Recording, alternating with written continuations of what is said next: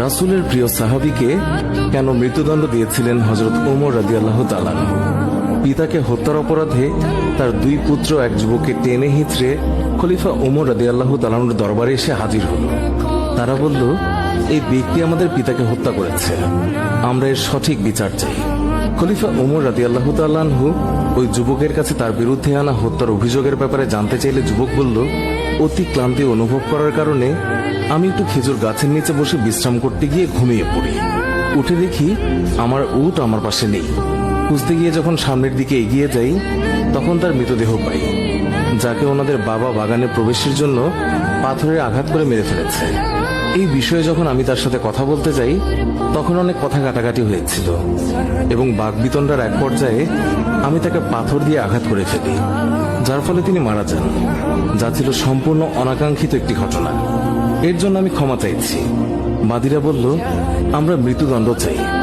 হযরত ওমর রাদিয়াল্লাহু তাআলা আনহু বললেন, উটের বদলে তো তুমি একটা উট নিলেই তো হতো, কিন্তু তুমি বৃদ্ধকে হত্যা করেছ, হত্যার বদলে হত্যা। এখন তোমাকে মৃত্যুদণ্ড দেয়া হবে। তোমার কোনো শেষ ইচ্ছে থাকলে বলতে পারো। লোকটি বলল, আমার কাছে কিছু ঋণ এবং আমানত আছে। আমাকে যদি কিছুদিন সময় দিতেন তাহলে আমি বাড়ি গিয়ে সেই ঋণ এবং আমানত পরিশোধ করে আসতাম। খলিফা ওমর রাদিয়াল্লাহু তাআলা আনহু বললেন, তোমাকে তো একা ছাড়তে পারি না। তুমি যদি তোমার তরফ থেকে কোনো জিম্মাদার রেখে যাও তবে কিছু সময়ের জন্য তোমাকে মুক্তি দিতে পারি। যুবক তখন দুঃখিত হয়ে বলল, এখানে সবাই আমার অপরিচিত, না কেউই আমাকে চেনে না, আমিও কাউকে চিনি না, সুতরাং আমার জামিনদার হবার মতো কেউ নেই। তখন হযরত আবু যর গিফরি সবার মধ্যে দিয়ে বললেন, হুজুর, আপনার যদি অনুমতি থাকে তবে আমি হতে চাই যুবকের জমিনদার। আর এই কথাতে সবাই অবাক হয়ে গিয়েছে, কারণ তিনি ওই যুবককে চিনতেন না, জানতেনও না, কিন্তু তারপরেও তিনি জমিনদার হতে রাজি হয়েছেন।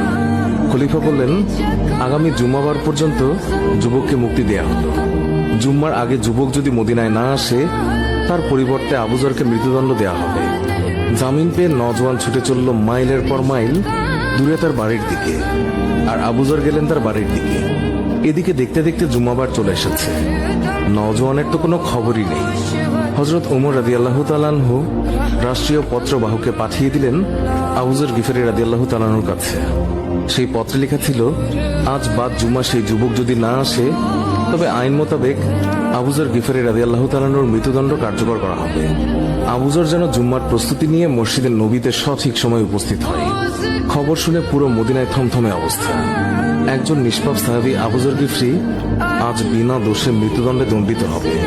জুম্মার পর সবাই মসজিদে নবীতে হাজির, সবার চোখে পানি, জল্লাদও প্রস্তুত। জীবনে কতজনের মৃত্যুদণ্ড দেওয়া হয়েছে তার হিসেব নেই, কিন্তু আজ কিছুতেই চোখের পানি আটকাতে পারছে না। আবু যরের মতো একজন ভালো সাহাবী আজ কিনা বিনা দোষে মৃত্যু